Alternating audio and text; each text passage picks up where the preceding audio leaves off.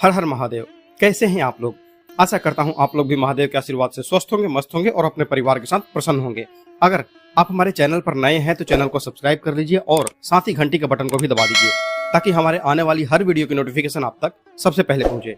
अगर आप महादेव के सच्चे भक्त हैं तो वीडियो को फटाफट से लाइक कर दीजिए और कमेंट में ओम नमः शिवाय जरूर लिखें। तो चलिए शुरू करते हैं आज का वीडियो। देखिए, आज का जो वीडियो है वो उन लोगों के लिए है जो परेशान हैं, जिनका पैसा कहीं फंसा हुआ है, डूबा हुआ है और जो उम्मीद खो चुके हैं कि वह पैसा वापस में मिलेगा, क्योंकि बहुत हो जाती है बातें तू मैं की।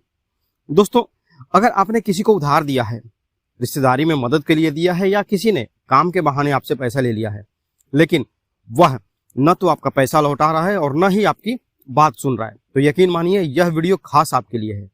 आज का यह वीडियो उन सभी लोगों के लिए है जो अपनी मेहनत से कमाए हुए पैसे किसी को उधार देकर के फंसा चुके हैं। जब कोई अपना ही आदमी पैसा वापस नहीं करता है तो यह न केवल हमारा आर्थिक नुकसान हो जाता है बल्कि हमारे रिश्तों में भी खटास लाने का काम कर देता है। आज का यह वीडियो आपके लिए बेहद खास है, क्योंकि इसमें जो हम बात करेंगे उस मुश्किल घड़ी की जब आपका मेहनत से कमाया हुआ पैसा कहीं फंस जाता है और लाख कोशिशों के बावजूद भी वापस नहीं आ पाता है। यह समस्या किसी के भी जीवन में बहुत बड़ी तकलीफ बन जाती है। अगर आपने किसी को उधार दिया है, किसी काम में अपना पैसा लगाया है या कहीं भी कोई इन्वेस्टमेंट किया है पर वो वापस अब नहीं मिल रहा है, क्या ऐसा लग रहा है कि पैसा डूब चुका है और अब लौटने की आखिरी उम्मीद भी खत्म हो चुकी है? अगर हाँ, तो इस वीडियो को अंत तक देखिए, क्योंकि आज मैं आपके लिए एक ऐसा ही उपाय लेकर के आया हूं जो डूबे हुए धन को वापस दिलाने में मदद करेगा। देखिए, होता क्या है कि जब हमारा कहीं पैसा फंस जाता है ना, तो हमें टेंशन होने लगती है, मानसिक तनाव हो जाता है और वह इंसान जिसे हमने भरोसे से उधार दिया था वही पैसा अगर लौटाने से मना कर दे तो इससे बड़ा धोखा कुछ नहीं होता है। चाहे वो दोस्ती में दिया गया हो, किसी रिश्तेदार को दिया गया हो या फिर किसी बिजनेस डील में फंस गया हो। यह दर्द और बढ़ जाता है जब बार बार कोशिश करने के बावजूद भी सामने वाला हमारी बात सुनने से मना कर देता है। अब देखिए, जो मैं आपको उपाय बताऊंगा वो बेहद खास है, क्योंकि जहां मेहनत और ईमानदारी है वहां निराशा के लिए कोई जगह नहीं है। हमारे शास्त्र और ज्योतिष विज्ञान में ऐसे ऐसे कई सारे उपाय बताए गए हैं जो हमें इस तरह की समस्याओं से उबरने में मदद करते हैं। और हाँ, इन उपायों पर विश्वास बहुत जरूरी है। जिस तरह भगवान को हम कभी देख नहीं सकते लेकिन उनकी मौजूदगी पर भरोसा रखते हैं, उसी तरह इन उपायों पर भी भरोसा करना जरूरी है। तो चलिए, वह आपको छोटा सा उपाय बताते हैं जिसे अपनाकर आप अपने डूबे हुए पैसे को पा सकते हैं। यह उपाय सरल है और इसे आप आसानी से कर सकते हैं, ठीक है ना। चाहे आपका कितना भी तकदीर खराब हो या ग्रह नक्षत्र सही ना हो, चाहे किसी भी वजह से किसी की नीयत खराब हो जाए, स्थिति खराब हो जाए या कोई और कारण हो, पर आपका पैसा अगर डूब गया है और उसे वापस पाना मुश्किल है, तो आज का यह उपाय आपको बहुत हेल्प करेगा। जिनके पैसे फंसे हुए हैं वो बल्कि आपके डूबे हुए पैसे वापस मिलेंगे, बल्कि वो जो सामने वाला है वो आपसे हाथ जोड़कर माफी भी मांगेगा। बस अपने मन में सकारात्मकता भर के रखिए, विश्वास रखिए, क्योंकि बिना विश्वास के कुछ संभव नहीं है। देखिए, उपाय तो बताते हैं, पर अगर आपके साथ कभी कभी नौबत जो हो जाए मारपीट की भी हो जाती है, पैसा अपना फंसा हुआ है, तो कुछ लोग तो बेईमानी पर उतर आते हैं और सीधे बोल देते हैं कि पैसा नहीं देंगे। ऐसे में दिल टूट जाता है, आप सोचने लगते हैं कि अब इस पैसे का कुछ नहीं हो सकता है। लेकिन दोस्तों, हर समस्या का हल होता है और आज हम आपको एक ऐसा उपाय बताएंगे जो आपकी इस समस्या का अंत कर सकता है। यह उपाय बहुत ही सरल और प्रभावशाली है। अगर आप इसे पूरे विश्वास और श्रद्धा के साथ करेंगे तो 9 दिनों के भीतर आपको अपना पैसा वापस मिलने की संभावना 100% हो जाएगी। चलिए उपाय जानते हैं क्या है। देखिए, सबसे पहले एक कागज ले लीजिए, जो जेरॉक्स वाला पेपर आता है उसको ले लीजिए और उस पर उस व्यक्ति का नाम लिखिए जिसने आपका पैसा लिया है और साथ में आप कितना पैसा लेना चाहते हैं उससे। होता ना कि कभी कभी आदमी सूद ब्याज पर भी पैसा देता है। आपने 100 रुपए दिए थे, अब आपको लेने हैं 105 रुपए, उससे जितना समय था, ड्यूरेशन था, उसके हिसाब से, तो आप वो भी लिख सकते हैं, ठीक ना। इसके बाद 108 सूखा हुआ धनिया लीजिए। सूखा धनिया आपको रसोई में भी मिल जाएगा, मसाले का चीज है। 108 सूखे धनिया ले लीजिए किसी कटोरी में। अब किसी कच्ची जमीन पर या फिर मिट्टी के गमले में हल्का सा गड्ढा बनाइए। अगर आपके घर में गड्ढा, ये अपना गमला है, तो आप यह प्रयोग अपने घर के बालकनी में गमले में भी कर सकते हैं या छत पर भी गमले में कर सकते हैं, ठीक है। अब अगर मिट्टी है आपके घर में, जमीन अगर आपकी है घर में तो अच्छी बात है, नहीं तो आप गमले में भी प्रयोग कर सकते हैं। अब उस गड्ढे में सबसे पहले वह कागज रखिए। अगर गमले में करें तो गमले में थोड़ा सा गड्ढा खोद लीजिए, मिट्टी हटा लीजिए ऊपर की, और एक गड्ढा जैसा बना दीजिए। उसमें कोई पौधा नहीं रखिएगा, ठीक है, उस गमले में। और जमीन पर अगर है तो आपका कोरा जमीन होगा, उस पर आप कर सकते हैं, ठीक ना। उस गड्ढे में सबसे पहले वह कागज रखिए जिसमें आपने उस व्यक्ति का नाम लिखा है जिससे आपको पैसे लेने हैं। अब जो है धीरे धीरे उस मिट्टी में धनिया के दाने को डालते रहिए। एक एक दाना जब डालेंगे, हर दाने के साथ उस व्यक्ति का नाम ले और मन ही मन माता दुर्गा से प्रार्थना करें।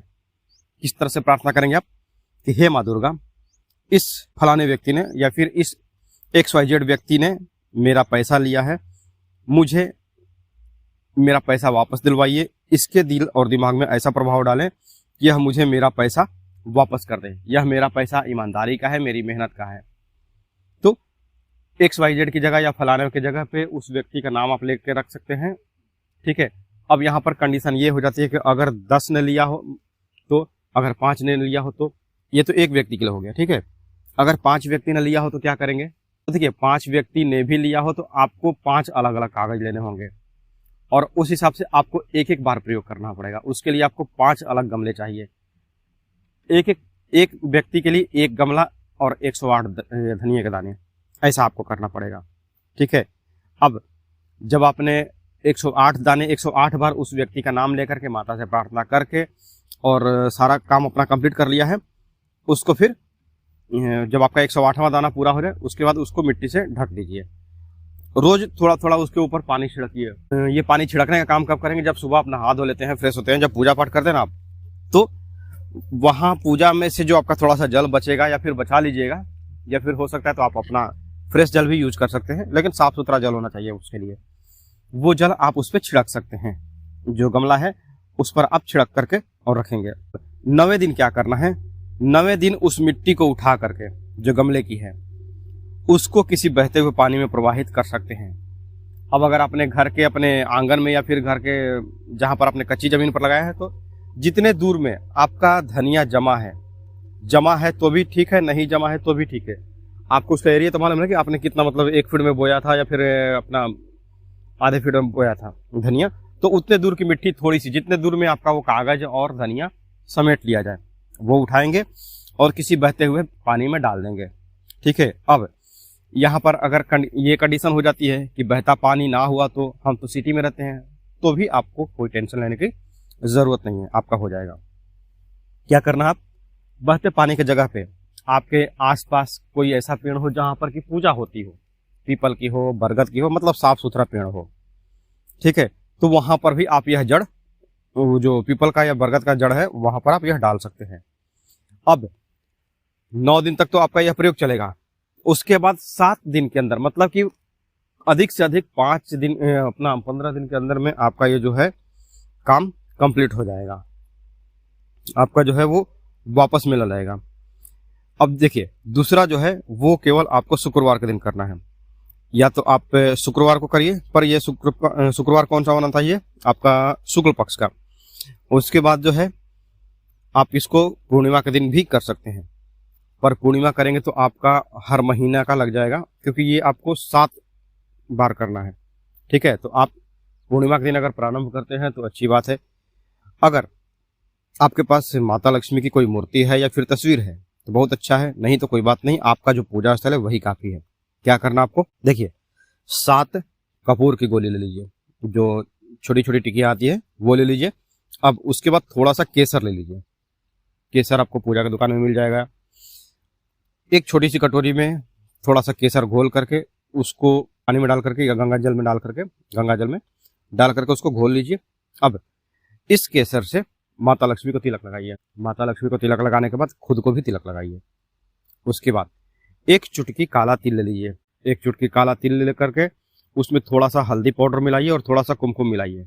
ये आपका अलग कटोरी में बना लीजिए, ठीक है। माता लक्ष्मी के सामने बैठ करके प्रार्थना कीजिए कि जिस व्यक्ति ने आपका पैसा लिया है उसका नाम लीजिए और माँ से प्रार्थना करें कि हे माँ, इस फलाने व्यक्ति ने मेरा पैसा लिया है, कृपा करके मेरा ये अपना जो फंसा हुआ पैसा है मुझे वो वापस दिलवाइए। अब कपूर को आप जलाएंगे। कपूर जलने के दौरान में जो आपने तिल का जो मिश्रण लिया था, जो तिल है धीरे धीरे उस कपूर में डालना है।